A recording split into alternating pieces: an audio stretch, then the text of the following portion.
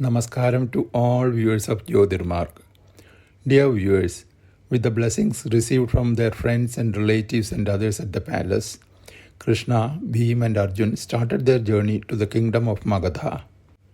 After Indraprastha, they crossed Kurujangala and Padmasaras and thereafter climbed the Kalakuda mountains and then went beyond Gandhagi, Mahashonam and Sadanira. They travelled through many kingdoms, forests and mountains and then crossed the divine river Sarayu. After eastern Kosala and Mithila, they crossed the Charmanvadi river and then the sacred river Ganga and then Shona also and then continued their travel in the eastern direction. Finally, reaching the top of Goradagiri mountain, they got the first view of the beautiful and prosperous kingdom of Magadha.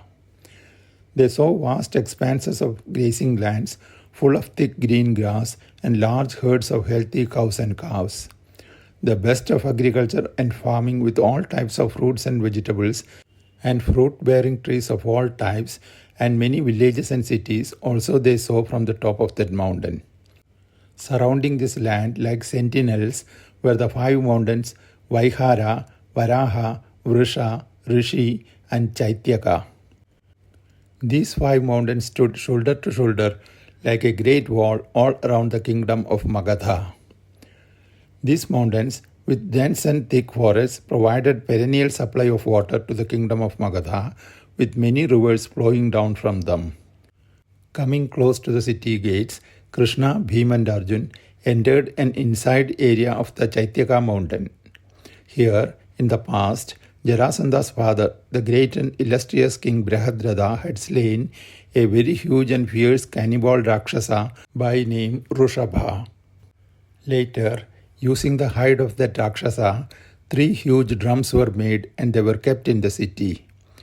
These gigantic drums were so special that the sound produced by one beating on any one of those drums will last and will be heard for 1 full month.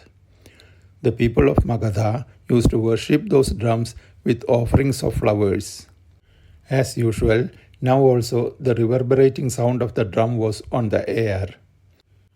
Krishna, Bhim and Arjun entered the insides of the Chaityaka mountain and then breaking open one side, they smashed and broke that mountain peak into pieces and thereafter from there they entered the city of Magadha. At that time, learned Brahmins who were present in the palace saw ill omens and informed Jarasandha about that. Thereupon, they made the king to sit on an elephant and then whirled lighted torches around him to ward off those negative indications. Meanwhile, Krishna, Bhim and Arjun walked through the city streets amazed by the affluence of the shops and watching the flourishing trade and commerce. From the shops which were selling flowers, they took garlands made of colorful and fragrant wild flowers and wore them around their neck. The people there on those streets looked at these strangers with surprise, as all 3 of them were extraordinarily tall and well-built, handsome and radiant. They looked like Snataka Brahmins, but they wore colorful robes and garlands, and their hands were smeared with sandal paste. With long and strong strides, they walked through the city streets and then entered the gates of the palace. As they were attired like Brahmins, the guards didn't stop them. And then they saw King Jarasandha, who reigned over that part of the world like a Himalayan mountain lion. Seeing them dressed as Snataka Brahmins, that king came forward and greeted them with respect and offered Arghya and Padya. Jarasandha then said, "Welcome to Magadha," to which Krishna, pointing to Bhim and Arjun, said that they are observing a vrat and will be able to speak only after midnight. Thereupon, Jarasandha led them to the apartments adjacent to the Yajnashala and giving them time to rest, that king took leave of them and went to his own chamber. Jarasandha had very high respect for Snataka Brahmins and so exactly at midnight he came back to meet them. Then Krishna, Bhim and Arjun greeted that king. They said, "O king, may you attain salvation without any hindrance." Then they all took their seats facing each other, after which Jarasandha addressed them like this. I do not have any doubt. Snataka Brahmins do not wear colorful robes and garlands, and they do not apply fragrant sandal paste on their body like how you have done. I can see the marks of bowstrings on your hands. Even though you seem to appear like Snataka Brahmins, I can see Kshatriya energy in you. Why did you break the Chaityaka peak? And then, what prompted you to make an improper entry to the city without being afraid of the royal wrath? The energy of the Brahmin is in his words and not in his action. By breaking the mountain peak, you have proved that your energy lies in your arms like the Kshatriyas. So, tell me the truth. Who are you? And why did you not accept the Arghya and Padya with which I had welcomed you? Thereupon, Vasudeva Krishna, who is well versed and skilled in the use of words, replied like this: O king, not just the Brahmins, those who belong to other Varnas are also eligible and competent to observe the vow of Snataka, and there are different rules also associated with that. A Kshatriya observing this vow attains prosperity. There is Shri or prosperity in flowers. That is why we are wearing these garlands made of wild and fragrant flowers. And the scriptures further say that the Kshatriya observing the Snataka vow should enter his friend's abode through the front gate and his enemy's abode through a wrong gate. That is why we made our entry to the city by making our own gate. Similarly, after entering his enemy's abode, one should not accept worships offered by his enemy, and that is the reason for not accepting your Arghya and Padya.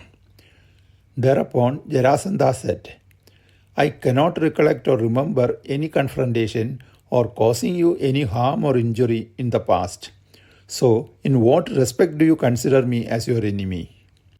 Krishna replied, O monarch, there is one head of a state who is rightful and truthful in his karma and who lives and rules adhering to the path of dharma. At his command, we have come here. We are not kings, but we have the strength and valor required to punish the guilty and to sustain dharma. You have imprisoned many kings whom you are planning to sacrifice for earning divine grace and for gaining strength and power. Even the slaughtering of animals are despised in the Vedas. Therefore, your scheme to slaughter human beings is an unforgivable sin for which you have to be punished. So now you have a choice. Free those kings or be ready to face your punishment. Remember, those whom you have imprisoned here belong to the same order of kings, monarchs and rulers to which you also belong. Whatever be the circumstances, one always obtains the fruits of his own karma. If you believe that you can escape such results of your own karma, then Jarasandha, you are a fool. O king, said Krishna, I am Rishikesha, otherwise known as Shauri and Vasudeva Krishna.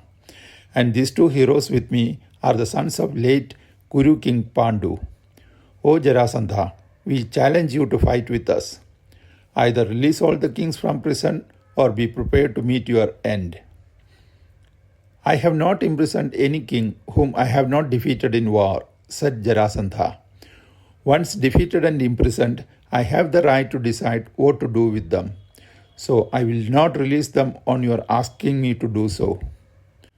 After a while, Jarasandha said, How do you wish to fight with me? Troops against troops, or one against one, or one against two, or one against all three of you?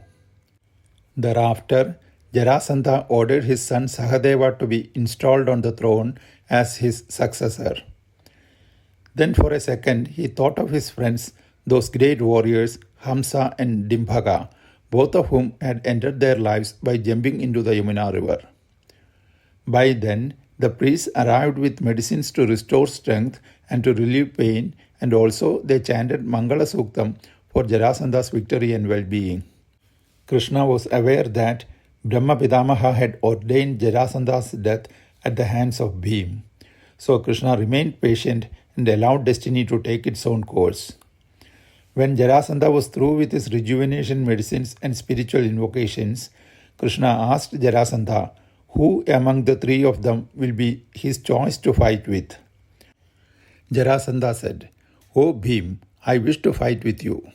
Be it victory or defeat, it should be with someone who is equal or superior." Thus started the epic duel of Bhim and Jarasandha. Dear viewers, the next several pages of the original text are the description of the single combat between the mightiest among the mighty and perhaps the greatest of all duels in Mahabharata. But we are not going into those details. Bhim and Jarasandha started their duel on the first lunar day or Tidhi of the Kartik month, and they fought non-stop for 14 days till Chaturdashi Tidhi without rest or break. Meanwhile, the citizens of Magadha gathered there in thousands to watch that encounter, which looked like two mountains fighting with each other, giving rise to sparks like lightning and noise like thunder. During that fight, they employed most difficult and ultimate feats of wrestling like Prishtabhanga, Purna Kumbha, and Sampurna Murcha. Using those techniques, they locked their opponent in death grips and threw them upside down and bended them backwards so as to break their body at the middle. But just like how they knew how to use them, they also knew how to escape from those fatal situations. Fighting like that, on the night of the 14th day, Jarasandha was overcome with fatigue and requested for a break. In the past, Bhim had consumed Amrit offered by the Nagas and had thus acquired the strength of 10,000 elephants, and also had received blessings like that his body will never get tired and that it will be unbreakable like Vajra. By virtue of all those blessings, Bhim stood his ground strong and powerful as ever. Thereupon, Krishna approached Bhim and reminded him that there is no need to prolong this duel any further. Krishna also told Vayuputra Bhim to invoke Vayudeva and to unleash the power and strength of the wind, storms and tornadoes which are there inside him. Thereafter, when they resumed the duel, Bhim waited for an appropriate time and chance. And then, on seeing the right opportunity, in a strong grip, Bhim lifted Jarasandha with his hands. Holding him above his head, Bhim whirled Jarasandha around in the air a full 100 times. Then, in a swift and fast move, brought him down and hit his back against Bhim's thigh, thereby breaking his backbone. Thereafter, keeping him pressed down to the earth with one foot, Bhim tore Jarasandha into two halves, like how he was before Jara the Rakshasi had united him into a single piece. The lion roar of Bhim, while performing this impossible feat, combined with the death cry of Jarasandha, sounded like a distorted shrieking noise equivalent to the sound of hundreds of thunders heard together at the same time.